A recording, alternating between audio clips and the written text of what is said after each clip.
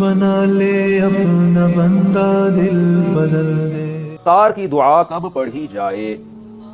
زید نے کہا روزہ کھولنے کی دعا افطاری کے بعد پڑھنا سنت ہے اور افطاری سے پہلے پڑھنا سنت نہیں ہے، کیونکہ رسول اللہ صلی اللہ علیہ وسلم نے افطاری کے بعد پڑھی ہے۔ کیا زید کی یہ بات درست ہے؟ افطاری کی دو دعائیں حدیث سے ثابت ہیں۔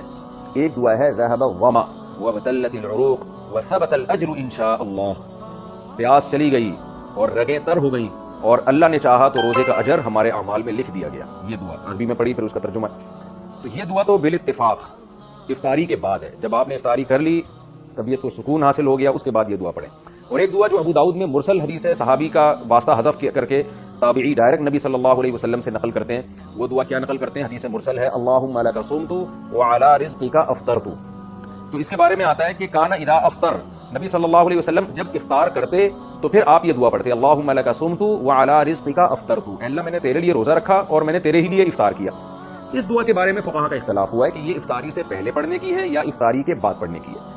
جو حضرات جنہوں نے اچھا نبی سے نہیں پتا صاف لفظ واضح طور پر کہ آپ افطاری کے بعد پڑھتے تھے، یہ پہلے صحیح کہا حضرت نے۔ تو جن حضرات نے حدیث کے ظاہری الفاظ کو دیکھا، جو الفاظ میں ابھی پڑھ کے سناتا ہوں، جنہوں نے حدیث کے ظاہری الفاظ کو دیکھا انہوں نے کہا کہ یہ افطاری کے بعد پڑھی جائے گی۔ حدیث کے ظاہری الفاظ کیا ہے؟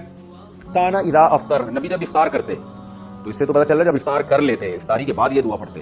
اور دعا کے الفاظ بھی کیا ہیں؟ اللہم لک صمت، اے اللہ میں نے تیرے لیے روزہ رکھا، یعنی پاس کی بات ہے، وعلی رزقک افطرت، اور تیرے رزق پر میں نے افطار کیا، تو اس کا مطلب کر چکا ہے نا، تبھی تو دعا پڑھ رہا ہے۔ تو یہ ان حضرات کی رائے ہے جو یہ کہتے ہیں کہ افطاری کے بعد یہ دعا پڑھی جائے گی، لیکن دوسرے جو بہت سے علماء اس کے قائل ہیں کہ افطاری کے وقت یہ دعا پڑھی جائے گی۔ ان کی دلیل کیا ہے؟ وہ یہ کہتے ہیں کہ جو کام ہونے والا ہوتا ہے اسے بھی پاسٹ اور ماضی کے صیغوں سے تعبیر کیا جاتا ہے۔ جیسے حدیث میں جو آتا ہے نا کانا اذا افطر، نبی جب افطاری کرتے ہیں مطلب افطاری کا ارادہ کرتے ہیں۔ اس کی مثال ایسے جیسے قرآن میں آتا ہے یا ایھا الذین آمنوا اذا قمتم الی الصلاۃ، اے ایمان والو جب تم نماز کے لیے کھڑے ہو جاؤ، فاغسلوا وجوہکم، اپنے چہروں کو دھو۔ کیا مطلب کھڑے ہو جاؤ پھر تھوڑی دھو، بلکہ جب تم کھڑے ہونے کا ارادہ کرو۔ تو جو کام ہونے والا ہوتا ہے اس کو بھی ماضی سے تعبیر کیا جاتا ہے۔ تو اذا افطر کا مطلب اذا اراد ان یفطر، نبی صلی اللہ علیہ وسلم جب افطار کرتے یا جب افطار کا ارادہ کرتے، جب افطار کی نیت کرتے، اس وقت یہ دعا پڑھتے۔ اسی طرح یہ جو حدیث میں الفاظ ہیں کہ اس میں ماضی کے صیغے اللہم لک صمت وعلی رزقک افطرت، اے اللہ میں نے تیرے لیے روزہ رکھا، تیرے رزق پر میں نے افطار کیا، تو یہاں بھی یہ علماء کہتے ہیں کہ افطار کیا کا مطلب کرنے والا ہوں۔ جو کام ہونے والا ہوتا ہے اس کو بھی ماضی کے صیغوں سے تعبیر کیا جاتا ہے۔ اس کی عربی زبان میں بہت مثالیں ملتی ہیں۔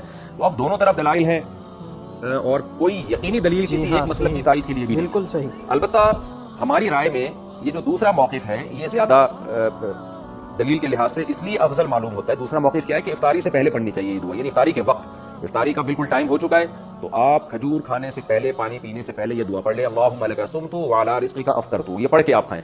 تو یہ موقف ہماری رائے میں اس لیے ہے کہ تعامل ناس ہے، عامۃ المومنین اسی پر عمل کرتے چلے آ رہے ہیں کہ عام طور پر یہ دعا افطاری سے پہلے پڑھی جاتی ہے۔